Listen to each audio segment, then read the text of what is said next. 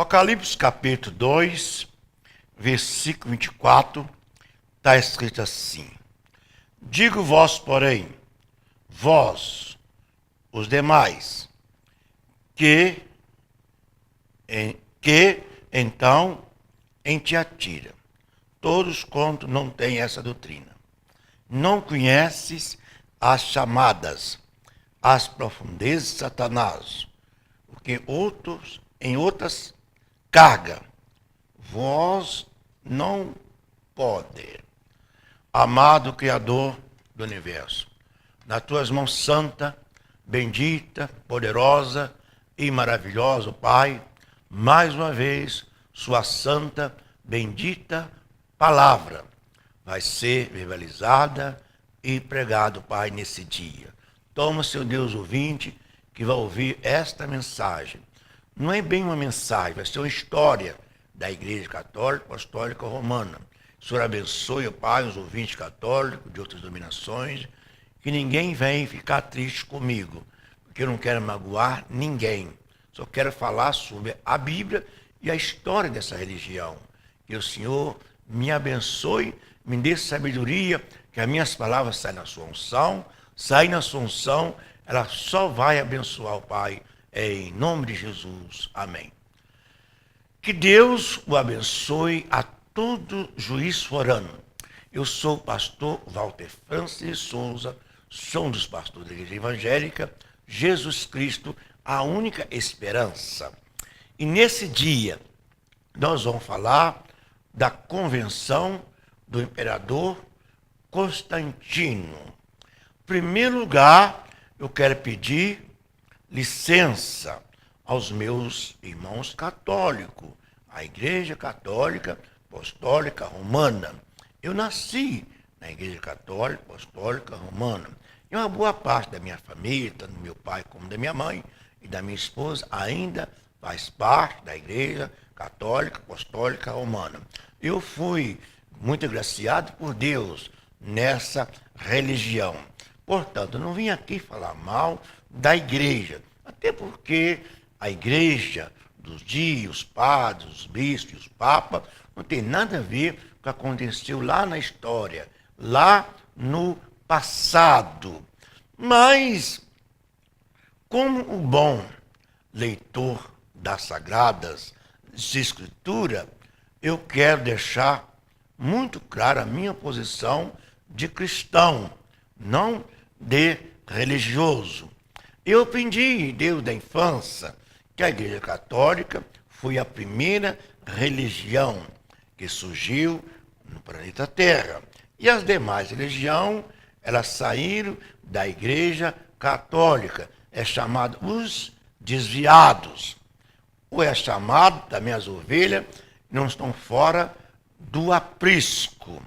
Mas, em primeiro lugar, a Igreja Católica Apostólica Romana, ela nunca pregou o Evangelho do nosso Senhor Jesus Cristo.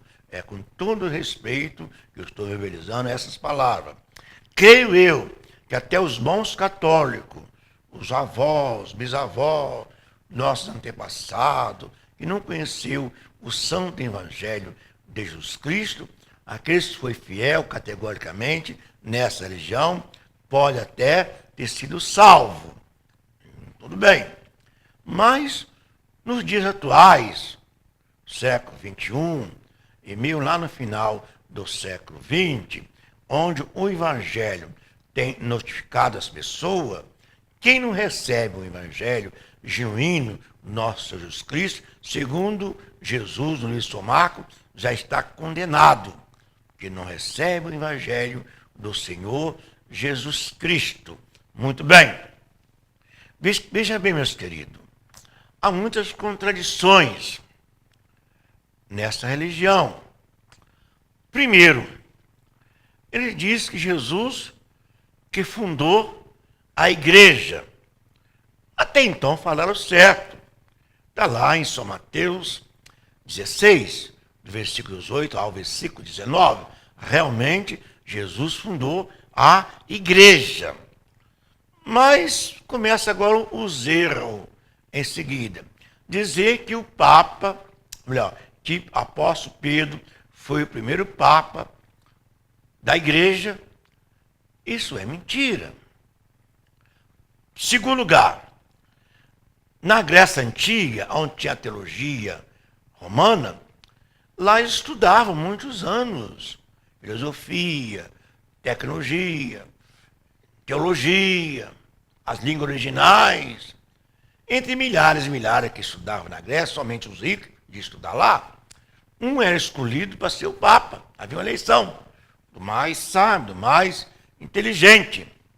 Se fizesse o vestibular do Mobral para apóstolo Pedro, ele tomava pau. Para começar. Segundo erro. Terceiro erro. Para ser o Papa, havia o juramento do sacramento. Não podia ser casado. O Papa tinha família, aliás, Pedro tinha família, era casado. Quarto erro. Pedro nunca saiu da Palestina, a não ser nas regiões vizinhas de outros países ali, próximo. Então, Pedro nunca foi Papa e nunca foi em Roma também. Isso é o começo dos erros. São muitos erros. Por exemplo, o evangelho que Jesus mandou pregar é o evangelho da transformação. Primeiro a pregar o evangelho nem foi Jesus, foi João Batista, Mateus capítulo 3. Depois, Jesus veio, foi batizado por João Batista e deu início à mensagem do evangelho. Qual é a mensagem do evangelho? Primeiro, pregar para as pessoas, para eles arrepender dos seus pecados, da sua iniquidade. E logo em seguida, era sepultado no cemitério do batismo os seus pecados. Evidentemente, quando alguém vem falecer, pode ser o ente querido mais amado, mas os seus familiares têm que enterrar depois de 24 horas. Não pode mais ficar com os vivos. Assim também é a velha natureza. No momento que a pessoa se converte a Jesus Cristo e confessa os seus pecados categoricamente, como está lá na carta, primeira carta de São João, capítulo versículo 9, e também Romanos, capítulo 10, versículo 9. As pessoas, então, era batizado lá nas águas, enterrava os seus pecados, como está em Romanos, capítulo 6, versículo 4. E ali era nova criatura, agora em Cristo Jesus, segundo os Coríntios, capítulo 5, versículo 17. E como era a pregação do Evangelho? Era expulsar as doenças, as enfermidades e os demônios que alojavam nos corpos das pessoas. Mateus 8, versículo 16. E na medida que Jesus pregava, as multidão vinha até onde Jesus estava. E ali as doenças eram arrancadas, os demônios eram tirados.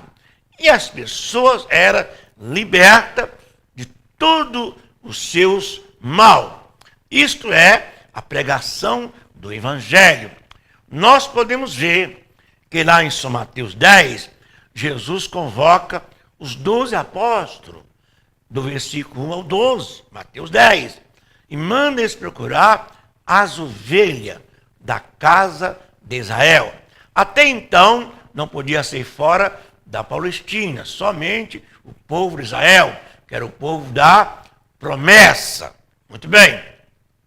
Nós podemos ver do capítulo 2 de Atos ao capítulo 8 de Atos, o Evangelho resumiu só naquelas regiões, Samaria, Judeia, Cafarnaum, Jerusalém, Nazaré. Muito bem. Mas, na semana de Jesus ir para o Calvário, ele chama os seus discípulos e pede eles para ficar em Jerusalém, até que do alto seja revestido de poder. Lucas 24, versículo 49, e Atos capítulo 1, versículo 4. Depois das ressurreições, Jesus fica com os discípulos ainda 40 dias. E nesses 40 dias, Jesus deu as doutrinas finais da salvação. Primeira doutrina, agora exerça fora de Jerusalém. Marcos 16, do 15 ao 18. Ia pregar o evangelho para toda a raça humana, não importava a nação que fosse. Em Mateus 28, dos 8 ao 20, ia fazer discípulos em todas as nações, batizando o nome do Pai, do Filho e do Espírito Santo. Muito bem. Depois Jesus fala com os discípulos, na hora de ir para o céu. Em Atos 1, versículo 18. Olha, ó, Atos 1, versículo 8. Mas vós vai receber o Espírito Santo. O Espírito Santo vai levar vocês a testemunhar de mim. No versículo 11 de Atos 1, Jesus é levado ao céu. E no capítulo 2 de Atos, o seu Espírito Santo vem e desce sobre a igreja. Agora a igreja se torna uma igreja missionária. No capítulo 9 de Atos, a convenção de Saulo, chamado Paulo. Do capítulo 13 de Atos Apóstolos até o 28, toda a Ásia e a parte da Europa foi evangelizada por muitos missionários que não se encontra escrito na Bíblia Sagrada. Mas Paulo foi o pioneiro deles. E com outros apóstolos, Sílio, Barnabé, Timóteo e outros mais. E nesse período, meus queridos, foi fundada aproximadamente umas 100 igrejas no continente da Ásia. Alguns historiadores querem dizer, pode ter sido até mais. Muito bem. E 7 da igreja nós conhecemos, chamado as igrejas do Apocalipse, capítulo 2 e o capítulo 3. Por exemplo, Laodiceia, Filadélfia, Sardes, Éfeso, Esmirna, Tiatira. E todas essas 100 igrejas pregavam o evangelho genuíno do Senhor Jesus. Eles não tinham a Bíblia escrita como nós temos hoje, mas as cartas de Paulo, as cartas dos evangelhos, chegavam até eles. Eles eram muito fiéis ao Senhor Deus, ao Senhor Jesus. Então, veja bem, no ano 313 depois de Cristo, a convenção do imperador Constantino. Mas já havia aproximadamente 250 anos que o evangelho já era pregado. Então, grava bem isso. Dizer que a Igreja Católica foi a primeira religião, não. É mentira. Ela não foi a primeira religião. Ela foi a primeira religião organizada, mais tarde, pelo imperador Teodório. Isso nós concordamos. E a igreja, ela começou a passar todos os martírios. Jesus, no ventre de Maria, já passou a ser perseguido pelos Herodes, pai, filho, João Batista foi logo morto, porque pregava o evangelho. Depois, mais tarde, no ano 58 ao 67, por Nero, o mais covarde de todo, o cruel. Depois, nos anos 70, 80, o Marechal Tito matou mais de 1 milhão de judeus. Nos anos 90, nos anos 100, aquele grande carrasco também, o imperador Domiciano. E, consequentemente, a igreja do Senhor Jesus Cristo sempre foi perseguido pelo paganismo, pela covardia que chegava até os cristãos. Por quê? Porque eles defendiam a palavra de Deus, a palavra pregada na cruz do Calvário. E as pessoas, do modo geral, seja ateu ou incrédula ou religiosa, eles não gostam destas mensagens. Muito bem. Pastor Walter, como foi que aconteceu a convenção de Constantino? Sua mãe, Helena, era membro da igreja de Tiatira. E nessa ocasião, havia conflitos de outras nações. E O imperador Constantino pede sua mãe Helena para pedir o Deus da igreja de Esmirna, ou melhor, de Tiatira, para orar para ele. E ele fez uma promessa a Deus: se ganhasse a guerra, ele ia ser também cristão. E teve algum sonho também concernente à cruz, e assim acontecera. Ele foi vitorioso naquela guerra. Muito bem. Agora o que vai acontecer agora? Constantino agora, ele é cristão e passa a ser crente em Jesus Cristo. Foi uma benção? Eu não sei se foi. No decorrer da doutrina, nós vamos aprender. Mas em parte sim. Por quê? Porque ele mandou abolir todo tipo de torturações que fazia com os cristãos. Inclusive a morte cruel de cruz, né? Que os sírios inventaram e os romanos, mais tarde, pôs em prática. Então, veja bem, todos passaram agora a ser cristão. Por quê? Constantino, ele cria um decreto que todos agora tinham que ser cristão. Como meu pai falava, aí está o pulo do gato. Agora, veja bem, só quando o evangelho de Jesus chega e o Espírito Santo levando, é que pode converter as pessoas e ela realmente ser cristão. Mas ninguém vai se converter pelo decreto do rei. Uma vez, em Daniel capítulo 3, o rei Nabucodonosor também fez um decreto e todos tinham que seguir o Deus de Sadraque, Mesaque, Abednego. E eu pergunto, eles seguiram? Não. Decreto do rei. Eles iam lá, faziam o que o rei mandava, mas não havia conversão. E mais tarde, também no capítulo 6 de Daniel, a mesma coisa fez o imperador Dário. Esse não decreto que todo mundo tinha que dobrar diante do Deus de Daniel. A segunda pergunta, dobrar não. Evidentemente que Nabucodonosor mais tarde foi salvo, converteu.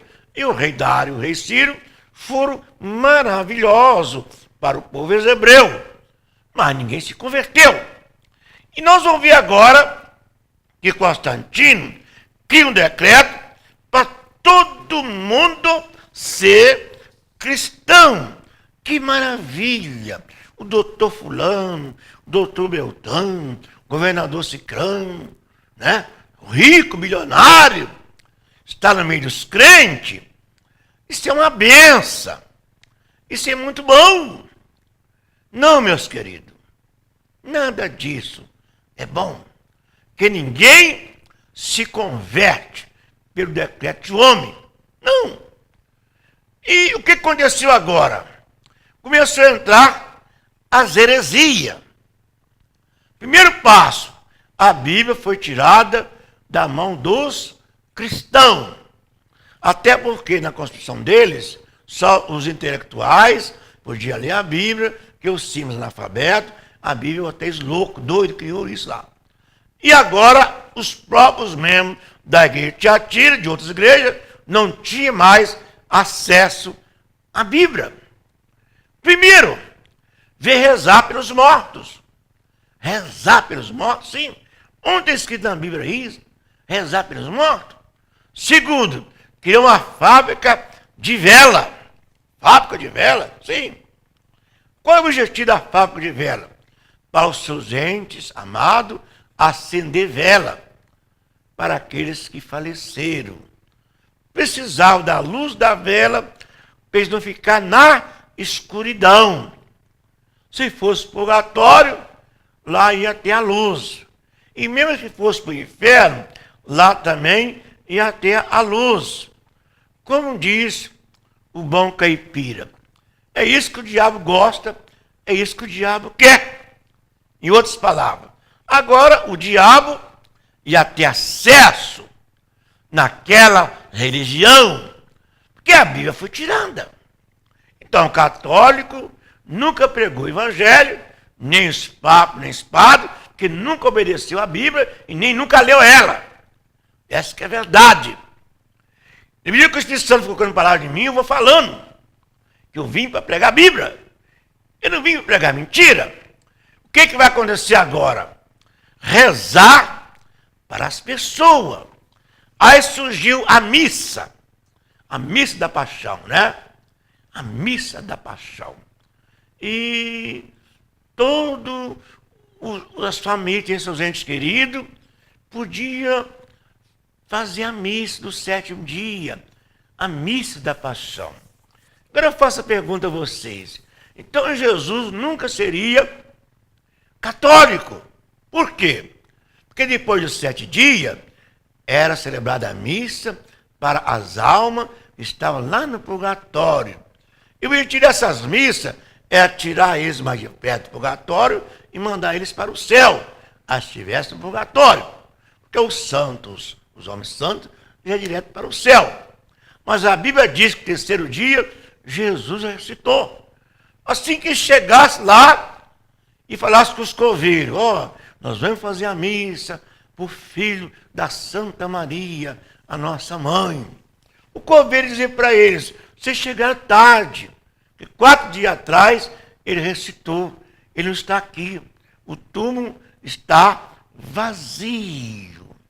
Meus queridos, o que eu acabei de ler agora no Apocalipse, capítulo 2, versículo 24. No versículo 20, a Bíblia diz que a Jezabel, ela profetizou, mas atrás das suas profecias estava a lasciva, o pecado. Que simboliza essa Jezabel? No contexto que nós estamos lendo. As heresias. O que fala Jezabel? Orgia, prostituição, bebedice, é o prazer da carne.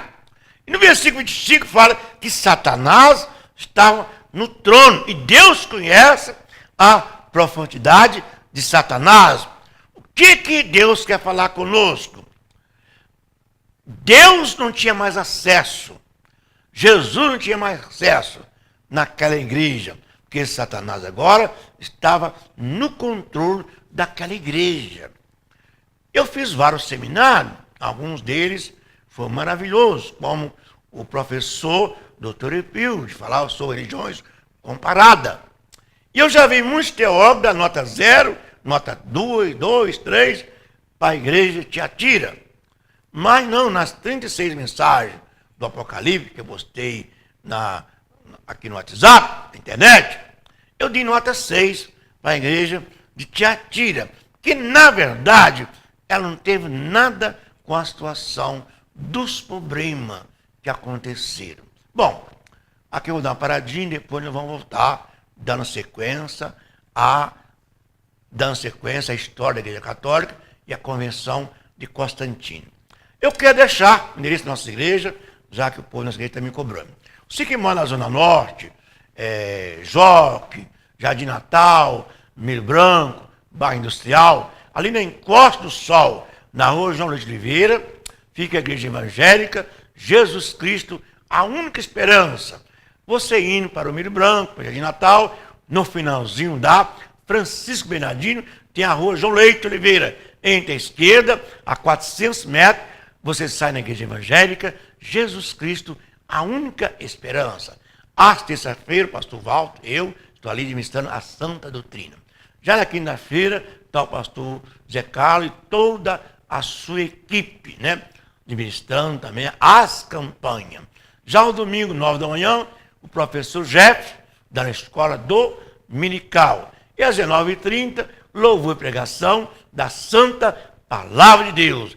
Rua João Leite de Oliveira, 473, em Costa do Sol. Para você que mora lá no Esplanada, Monte Castelo, Jardim Cachoeira, Carlos Chagas, ali no bairro novo que abriu ali, está também a nossa igreja, né?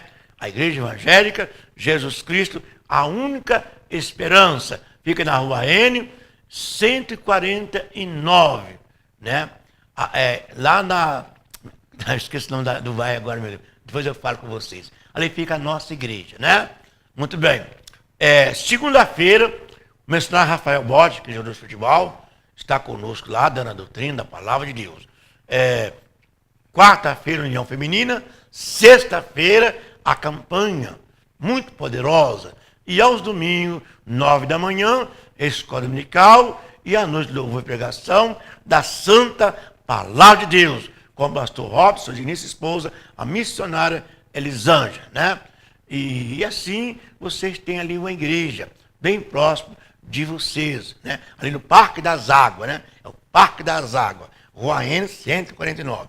Já você que mora em Dom Bosco, nos bairros vizinhos, na Rua Belo Vale, 95, ao lado da padaria Manchete, ali tem a nossa igreja. Toda terça-feira tem doutrina, quinta-feira tem a campanha, domingo, 6 da tarde, ou 18 horas, tem a escola dominical, e às 19h30, louvor e pregação da Santa Palavra de Deus. É Rua Belo Vale, 95, Dom Bosco, parte alta de Dom Bosco. Já você que mora em Piranga, nos bairros vizinhos, na Rua da Civaga, 705, também tem a igreja evangélica, Jesus Cristo, a única esperança, com as portas abertas.